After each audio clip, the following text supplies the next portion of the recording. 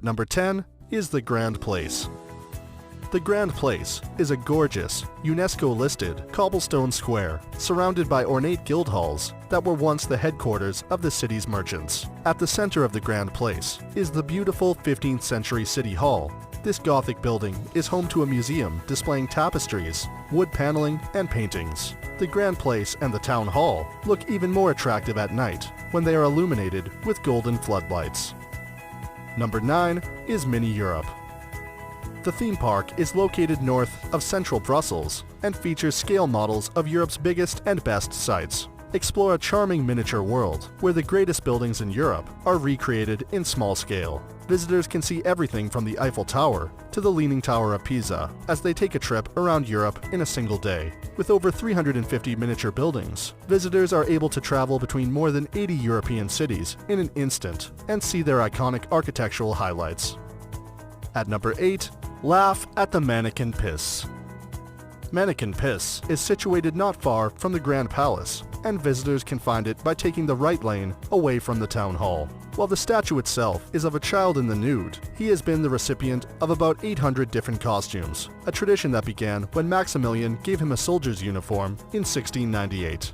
Since then, Mannequin Piss has been many things, including Santa and Elvis. This odd statue has risen to fame and is a popular tourist attraction in the city. Number 7. Relax in the Parc du Cinquantenaire. Parc du Cinquantenaire is a large public park in the easternmost part of the European Quarter in Brussels. It was built during the reign of Leopold II to commemorate 50 years of Belgian independence. At the southeastern point of the park is a giant arc that has spectacular architecture. Visitors can climb to the top of the arc to see nice views of Brussels and beyond. The park is one of the most beautiful parks in Brussels and worthy of a visit. At number 6 is the Art and History Museum. More than a museum, the Art and History Museum feels more like a homage to all things ancient and unusual. It was built by King Leopold II as a celebration of Belgium's 50 years of independence and features 600,000 artifacts and art objects from all over the globe, plus a number of fascinating temporary exhibitions. Learn everything from prehistoric hand axes to Egyptian mummies. Learn about the progression of different civilizations over time, delve into a collection of pre-Columbian art, and ponder over an enormous statue from Easter Island. Number 5 is the Belgian Comic Strip Center.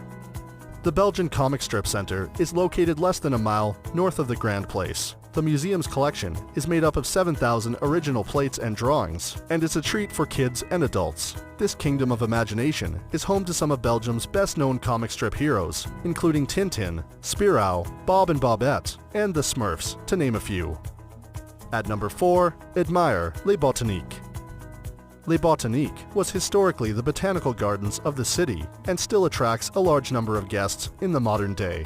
The greenhouse, which dates back to the 19th century, now regularly plays host to a range of performing arts and makes the place feel more of a cultural center than just a garden. However, if you are into greenery, then the surrounding gardens are still intact and present in all their glory. Number 3 is St. Gudule and St. Michael's Cathedral.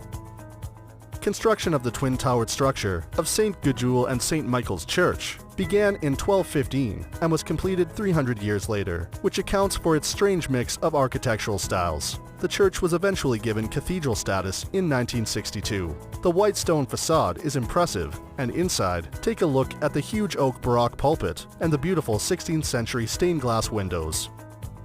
At number 2 is the Hop-on, Hop-off Bus Brussels.